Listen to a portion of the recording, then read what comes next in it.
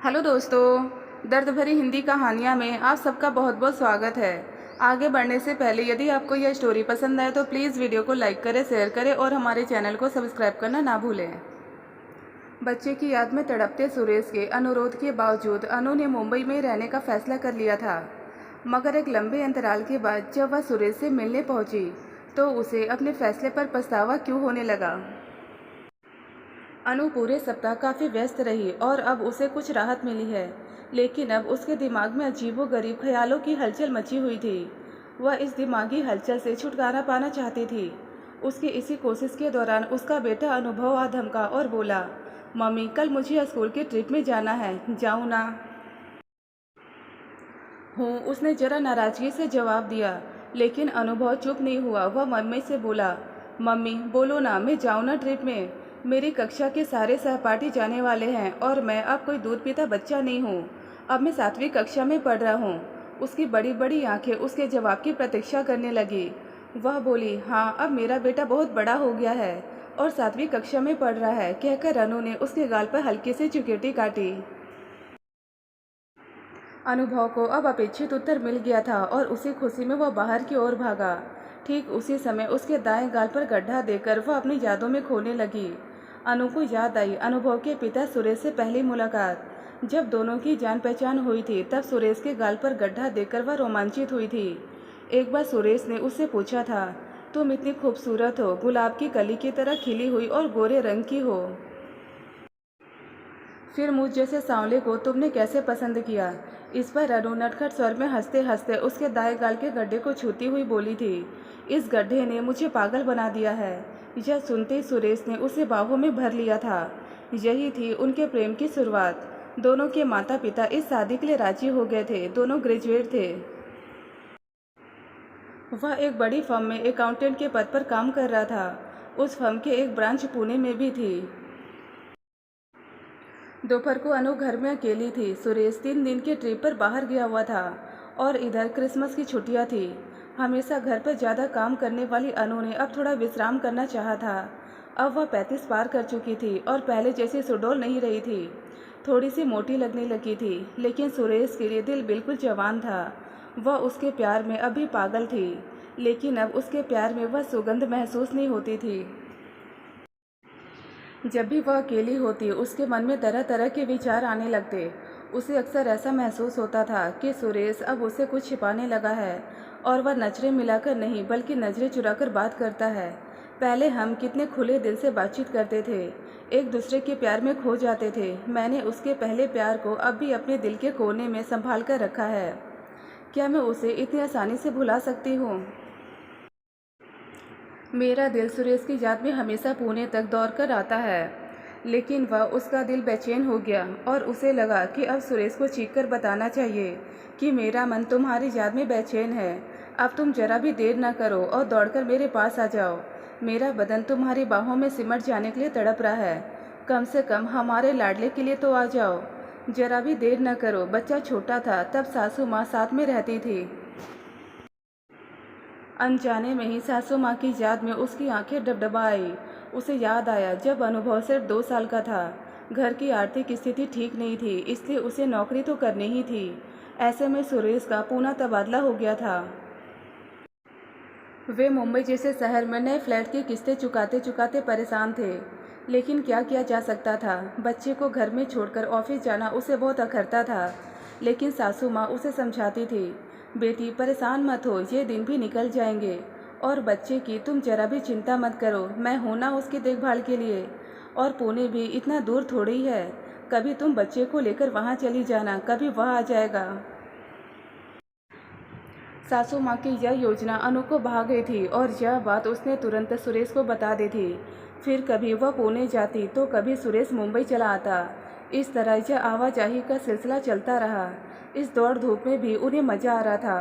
कुछ दिनों बाद बच्चे का स्कूल जाना शुरू हो गया तो उसकी पढ़ाई में हरज न हो, यह सोचकर दोनों की सहमति से उसे पुणे जाना बंद करना पड़ा। सुरेश अपनी सुविधा से आता था। इसी बीच उसकी सासू माँ चल बसी।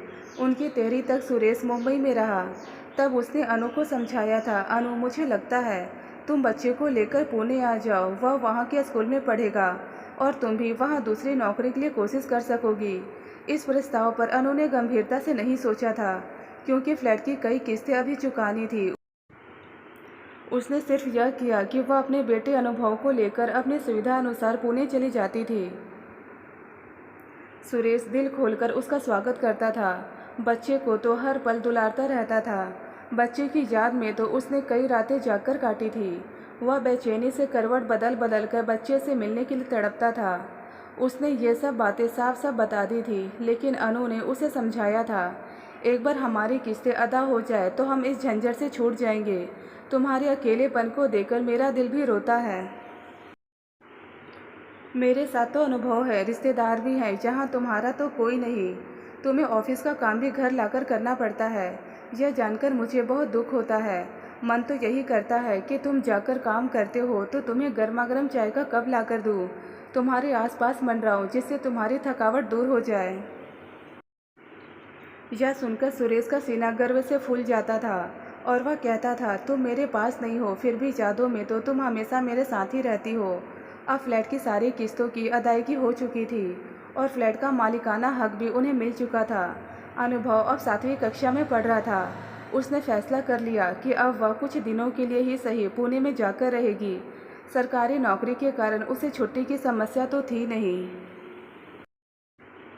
उसने सुरेश को फ़ोन किया, दफ्तर के फ़ोन पर। हाँ, मैं बोल रही हूँ। हाँ, कौन? उधर से पूछा गया। ऐसे अनजान बनकर क्यों पूछ रहे हो? क्या तुमने मेरी आवाज़ नहीं पहचानी? वह थोड़ा चिड़चिड़ाकर बोली। हाँ, तो तुम बोल रही हो। अच्छी हो ना? और अनुभव की पढ़ाई कैसे चल रही है? उसके स्वर में जरा शर्मिंदगी महसूस हो रही थी। मैंने फ़ोन इसलिए किया है कि अनुभव 3 दिनों के लिए बाहर गया हुआ है और मैं भी छुट्टी ले रही हूँ। अकेलेपन से अब बहुत ऊब गई हूँ, इसलिए कल सुबह 10 बजे तक तुम्हारे पास पहुँच रही हूँ। क्या तुम मुझे लेने आओगे स्टेशन पर? तुम्हें इतनी जल्दी क्यों है? शाम तक आओगी तो ठीक रहेगा, क्योंकि फिर मुझे छुट्टी लेने की ज़रूरत नहीं पड़ेगी। सुरेश का रूखापन अनु को समझने में देर नहीं लगी। एक समय उससे मिलने के लिए तड़पने वाला सुरेश आज उसे टालने की कोशिश कर रहा था, लेकिन उसके प्यार को दिल में संजोने का पूरा प्रयास भी कर रहा था। दरअसल अब वह दोहरी मानसिकता से गुजर रहा था। काफ़ी साल अकेले रहने के कारण इस बीच एक 17-18 साल के लड़के से उसे प्यार हो गया था। वह एक बाल विधवा रिश्तेदार थी। वह उसके यहाँ काम करती थी। वह काफ़ी समझदार, खूबसूरत और 7वीं कक्षा तक पढ़ी लिखी थी। सुरेश के सारे काम वह दिल लगाकर किया करती थी और घर की देखभाल भली भांति करती थी। कुछ दिनों बाद सुरेश के अनुरोध पर चपरासी चाचा की सहमति से वह उसी घर में रहने लगी थी। फिर जब जब अनु वहां जाती तो उसे अपना पूरा सामान समेटकर चाचा के यहाँ जाकर रहना पड़ता था। यह सिलसिला कई सालों तक चलता रहा। अभी अनु के आने की खबर मिलते ही वह परेशान हो गया था और अनु से बात करते वक्त उसकी ज़ुबान सूखने लगी थी। अब उसे तुरंत घर जाकर पायल को वहाँ से हटाना जरूरी था। उसे पायल पर दया आती, क्योंकि जब जब ऐसा होता वह काफ़ी समझदारी से काम लेती। उसे अपने मालिक और मालकिन की परवाह थी, क्योंकि उसे उनका ही आसरा था। एक तो कम उम्र में ही उसने पूरी गंभीरता से सोचना शुरू कर दिया था। शाम को अनु सुरेश के साथ घर पहुंची तो रसोई घर से जायकेदार भोजन की खुशबू आ रही थी। इस खुशबू से उसकी भूख बढ़ गई और उसने हंसते हंसते पूछा, वाह, इतना अच्छा खाना बनाना तुमने कब सीखा? वह भी हंसते हंसते बोला, अपनी नौकरानी अभी अभी खाना बनाकर गई है। दूसरे दिन सुबह सुबह पायल आई और दोनों के सामने गर्मा गर्म चाय के 2 कप रखे। चाय की खुशबू से वह तृप्त हो गई। थोड़ी देर बाद वह घर के चारों ओर फैले छोटे से बाग में टहलने लगी। घास का स्पर्श पाकर वह विभोर उठी। पेड़ पौधों की सौंधी महक ने उसका मन मोह लिया। अचानक उसका ध्यान एक 6-7 साल के बच्चे की ओर गया। वह वहाँ अकेला ही लट्टू घुमाने के खेल में खोया हुआ था। धीरे धीरे वह उसकी ओर बढ़ी तो वह भागने की कोशिश करने लगा। अनु ने उसकी छोटी सी कलाई पकड़ ली और बोली, मैं कुछ नहीं करूँगी, ये बताओ तुम्हारा नाम क्या है? वह घबरा गया तो कुछ नहीं बोला और सिर्फ देखता ही रह गया। उसके फूले हुए गाल और बड़ी बड़ी आंखें देखकर अनु को बहुत अच्छा लगा। वह हंस दी तो नादान बालक भी हंसा। उसकी हंसी के साथ उसके दाएं गाल का गड्ढा भी मानो उसकी ओर देखकर हंसने लगा। यह देखकर उसका दिल दहल गया, क्योंकि वह बच्चा बिल्कुल सुरेश की तरह दिख रहा था। ऐसा लगा कि सुरेश का मिनी संस्करण उसके सामने खड़ा हो गया हो। वह दहलीज पर बैठ गई। उसे लगा अब आसमान टूटकर उस पर गिर पड़ेगा और वह खत्म हो जाएगी। एक अनजाने डर से उसका दिल धड़कने लगा। उसका गला सूख गया और सुबह की ठंडी ठंडी बयार में भी वह पसीने से तर हो गई। उसकी इस स्थिति को वह नन्हा बच्चा समझ नहीं पाया। क्या अब मैं जाऊं? उसने पूछा। इस पर अनु ने ठंडे दिल से पूछा, तुम कहाँ रहते हो? वह बोला, मैं तो यहीं रहता हूँ, लेकिन कल शाम को मैं और मेरी माँ चाचा के घर चले गए। सुबह मैं माँ के साथ आया तो माँ बोली, बाहर बगीचे में ही खेलना, घर में मत आना। बोझिल मन से उसने उस मासूम बच्चे को पास लेकर उसके दाएं गाल के गड्ढे को हल्के से चूमा। अब उसे मालूम हुआ कि पायल उसकी खातिरदारी इतनी मगन होकर क्यों करती है, उसकी पसंद के व्यंजन क्यों बनाती है। उसे सुरेश के अनुरोध और विनती याद आने लगी। हम सब एक साथ रहेंगे, तुम्हारी और अनुभव की मुझे बहुत याद आती है।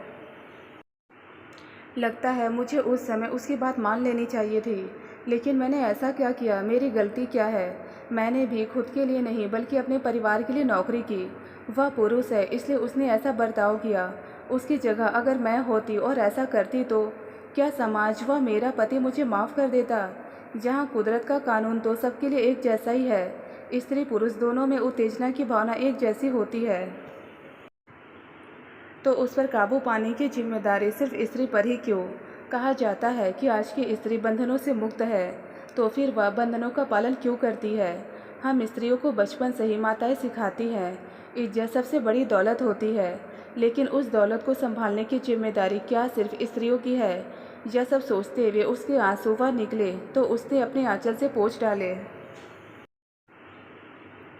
उसे रोता देखकर वह बच्चा फिर डरकर भागने की कोशिश करने लगा, तो अनु जरा संभल गई। उसने उस मासूम बच्चे को अपने पास बैठा लिया और कांपते स्वर में बोली, बेटा तुम मुझे बहुत अच्छे लगते हो, लेकिन तुमने अब तक अपना नाम नहीं बताया। अब बताओ क्या नाम है तुम्हारा? अब वह बच्चा निडर बन गया था क्योंकि उसे अब थोड़ा धीरज मिल गया था। वह मीठी मीठी मुस्कान बिखेरते हुए बोला, सनोज, और फिर बगीचे में लट्टू से खेलने लगा। दोस्तों, मैं उम्मीद करती हूँ कि आपको हमारी आज की कहानी भी पसंद आई होगी, और इसी तरह की शिक्षाप्रद और पारिवारिक कहानियाँ सुनने और देखने के लिए वीडियो को लाइक कर दीजिए और चैनल को सब्सक्राइब करके और सामने के बेल आइकन को प्रेस कर ऑल पे सेट कर दें, जिससे आने वाली वीडियो की नोटिफिकेशन आप तक पहुँच सके। मैं मिलती हूँ आपको अपनी अगली वीडियो में एक और नई कहानी के साथ। तब तक के लिए धन्यवाद दोस्तों।